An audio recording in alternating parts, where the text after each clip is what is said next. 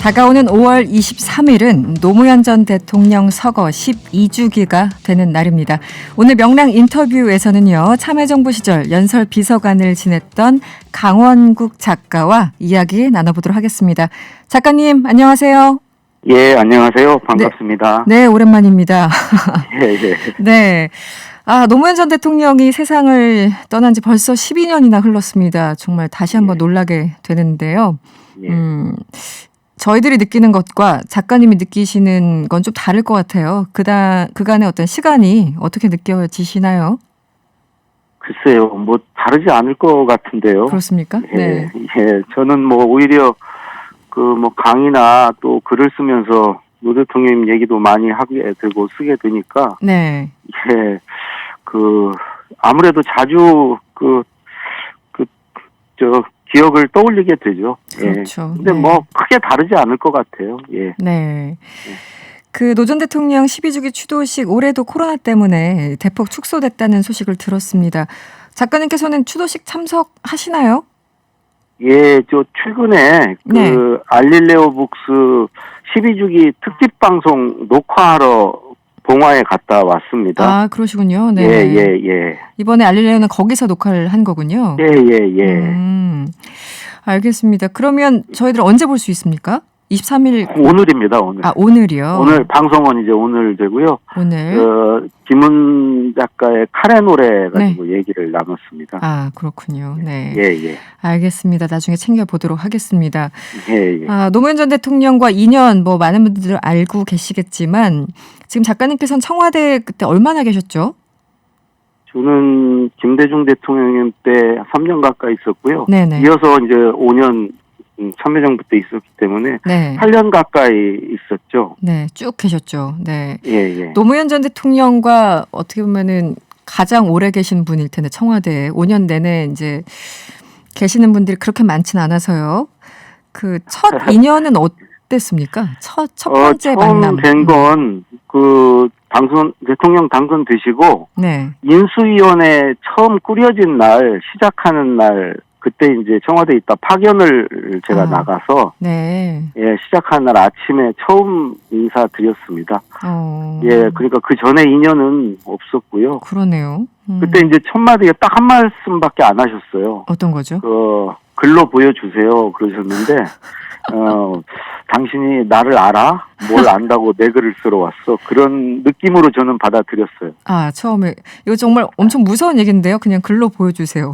이렇게. 예. 얘기를 들으면. 근데 글로 보여줬는데, 네. 한 번도 제 글을 읽지도 않으시고, 인수위가 한 2달 가까이 되거든요. 네. 2달 내내 썼는데, 거의 쳐다보지도 않으시더라고요. 요리하시는 분이 음식을 내놨는데 음식 손도 안 대는 그런 느낌이었을 텐데 그때 그렇죠. 정말 약간 모멸감도 느꼈을 것 같고 서운함도 있었을 것 같고 그때 어떠셨어요? 네, 이제 그냥 딱 하나였어요. 이제 그만둬야 되겠다. 네. 아니, 그만둬 수밖에 없겠구나. 당시 그런 생각이었고요. 네. 뭐 이렇게 야속하거나 그런 건 전혀 없었고요. 네. 대신에 김대중 대통령께는 좀 죄송했어요. 김대중 대통령께 그래도 글을 배웠는데 네. 가서 그렇게 완전히 무시당하는. 근데 이제 취임하시고 나서 네. 저를 관저로 저녁 때 오라고 그러셔가지고 네. 한 2시간 넘게 글을 가르쳐 주셨어요. 나는 그렇게 안 쓴다고. 그건 내 글이 아니라고. 나는 이렇게 쓴다고. 왜 이렇게 자네는 첫째, 둘째, 셋째를 좋아하냐고. 네. 그리고 왜 글에다가 그리고 그러나 그러므로 그런데 뭐 이렇게 못질을 해대냐고. 훌륭한 목수는 못을 쓰지 않는다고. 문맥으로 이으라고. 뭐 그런 얘기를 한 32가지 말씀을 해주셨어요. 32가지요? 기억하죠. 예, 2시간 넘게. 그게 아예 머릿속에 이렇게 정립이 딱 되어 있으시더라고요. 나는 글을 어떻게 쓰는지, 글은 어떻게 써야 하는지, 본인의 어떤 기준, 원칙 같은 게 분명하다고 생각했죠. 근데 글을 이제 쓰는 특히 연설비서관이나 이런 분들의 운명은 스피커, 김대중 대통령이든 아니면 노무현 대통령이든 그분이 쓰는 이제 톤 앤 매너, 특정한 단어, 말투 이런 걸 다 감안해서 쓰게 되잖아요. 그렇죠. 그러니까 완전히 모드 전환을 했었어야 되는데 DJ와 노무현이 다르니까. 쉽지 않았어요. 그러니까 이제 김대중 대통령님께 완전히 이렇게 길들여져 있는 상태에서 네. 김대중 대통령은 세 가지, 다섯 가지 이렇게 첫째, 둘째, 셋째 그거 좋아하셨죠. 많이 하시고 네. 네. 접속부사도 이렇게 글에 신호등 같은 거라고 하셨거든요. 이렇게 우회전합니다, 좌회전 친절하게 알려줘야 된다고 그러셨는데 네. 그거 이제 스타일이 완전히 다르신 거죠. 그렇네요. 네. 그래서 언제 좀 제대로 읽으셨던 기억이 있습니까? 첫 번째, 만족스러워. 이건 언제쯤 시그널이 왔나요? 그거는 한 번도 없었고요. 제가 그 노무현 대통령께 들은 칭찬 중에 최대 찬사는 네. 딱히 흠잡을 때도 없지만 썩 마음에도 안 듭니다가 제가 들은 최고의 칭찬이었어요. 정말. 원래 그렇게 인색하신 분은 아닌 걸로 제가 기억하는데. 아니에요. 대통령께서 네. 이렇게 좀 뭐 이렇게 이렇게 입에 발린 칭찬 같은 거 잘 안 하세요. 그렇죠. 입에 발린 얘기는 안 하시죠. 네. 네, 그래서 넘사스러워 하세요. 그래서 좀 수줍어 하세요. 그 칭찬하고 그러는 걸. 그래서 저한테는 특히 안 해주셨지만 대부분 칭찬 많이 받아본 분 많지 않을걸요? 많지 않다. 예. 알겠습니다. 그 연설문 쓸 때 가장 많이 언급했던 단어? 32가지라고 했는데 가장 중요하게 느끼는 건 어떤 거였나요? 그분은 그 시기, 그 계기에 대통령으로서 또는 정치인으로서 어떤 메시지를 던져야 되나. 네. 그걸 찾는데 늘 골몰했던 것 같아요. 그게 그런 말을 해서 여론이 어떻고 그 반응이 좀 나쁘게 올 수도 있고 그런 건 별로 개의치 않으셨던 것 같아요. 네. 그냥 해야 되는 말을, 필요한 말을 찾는데 그리고 그런 말을 찾았을 때 되게 좋아하셨어요. 야, 이제 됐다. 이 말 하면 되겠다. 야, 이거 어떠냐. 그래서 네. 그런 말을 찾았을 때 네. 되게 좋아하셨던 기억이 생생합니다. 그렇군요. 네. 강원국 작가님께서 뽑은 노무현 대통령 연설 가운데 최고다 혹은 가장 인상적이었다. 어떤 게 있을까요? 여러 개가 있겠지만. 대부분은 대통령께서 구술을 해주시고 네. 제가 이제 받아 쓰는 방식으로 연설문 작성을 했거든요. 네. 근데 그 2006년에 했던 한일 관계에 관한 국민께 드리는 말씀이라는 연설, 독도는 우리 땅입니다라고 시작하는 연설은 네네. 그냥 대통령께서 혼자 펜을 들고 처음부터 끝까지 쓰셔가지고 보내주셨어요. 한번 읽어보게. 그런데 첫 시작이 독도는 우리 땅입니다. 이렇게 시작하더라고요. 뜬금없이.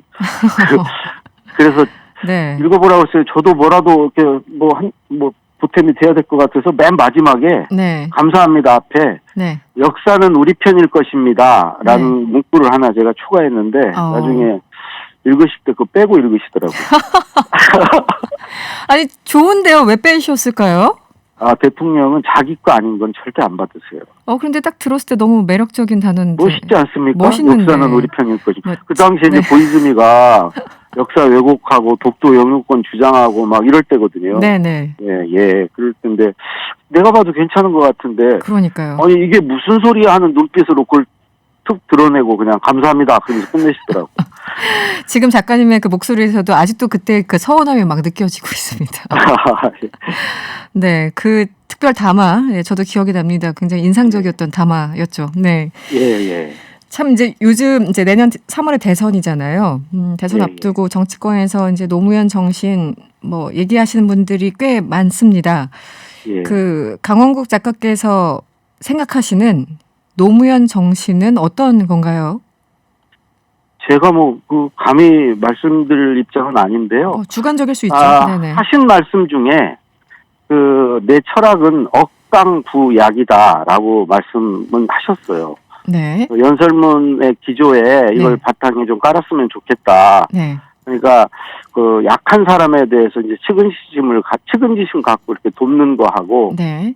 강한 사람, 힘 있는 사람이 불의하고 부정을 저지르고 하는 거에 대해서 부정의한 거에 대해서 맞서는 거, 분노하고 싸우는 거. 네. 그게 이제 그렇게 되면 그게 이제 개혁이고 통합이라고 생각을 하셨던 것 같아요. 네. 양극화 해소라든가 모든 문제들이 그 어떤 철학 위에서 생각을 하셨던 거죠. 네. 양극화 해소를 해야 된다. 또 지역 감정 해소 이런 것들도 다 그렇고요. 예. 그렇죠. 그걸 너무 가감없이 얘기를 하셔서 또 힘 있는 사람들이 굉장히 반발하곤 했었죠. 당시에 돌이켜 보면. 그렇죠. 예, 예. 네, 기억이 납니다. 네, 그 노무현 전 대통령 항상 이제 이런 얘기를 하셨잖아요. 사람 사는 세상, 반칙과 특권 없는 세상 이런 얘기를 많이 하셨는데 예. 지금 노 대통령 만난다면 어떤 얘기를 하실 것 같나요? 저한테 뭐 말씀하시겠어요? 근데 살아계실 때 네, 자네는 책을 네, 쓰게 자네 정치 북기는 아니고 책을 쓰는데 자네가 책을 안 쓰면 청와대 8년씩 있었던 게 특권을 누린 거네. 특혜받은 거네. 자기가 경험한 것을 경험 못한 사람과 공유하고 해야 되는 그게 역사의 진보에 기여하는 거네. 그러니까 소수가 누리던 걸 다수가 누리면 그 역사가 한다는 그게 한다는 거죠. 그러니까 소수가 자기가 누리던 걸 자기가 누리고 끝내지 말고 공유해줘라. 그걸 네. 책을 써서 공유해줘라. 그랬는 말씀을 늘 하시는데 사실 책을 썼거든요. 대통령의 글쓰기라는 책을. 네, 많이 쓰셨죠. 아마 네. 그게 이제 살아 계실 때 그 책을 보셨으면 아마 마음에 안 들으셨을 거고 지금 보신다면 네, 야 파이다 다시 하자 뭐 이렇게 하셨을 거예요. 네. 책을 쓰게가 자네 그 재능이 있어서 쓰게 이게 아니라 특권을 나눠야 돼 이런 맥락이었군요. 그렇죠. 자네가 경험한 거를 경험 못한 사람들에게 네. 알려주는 게 자네 의무라고. 아, 그렇군요. 예. 알겠습니다. 예.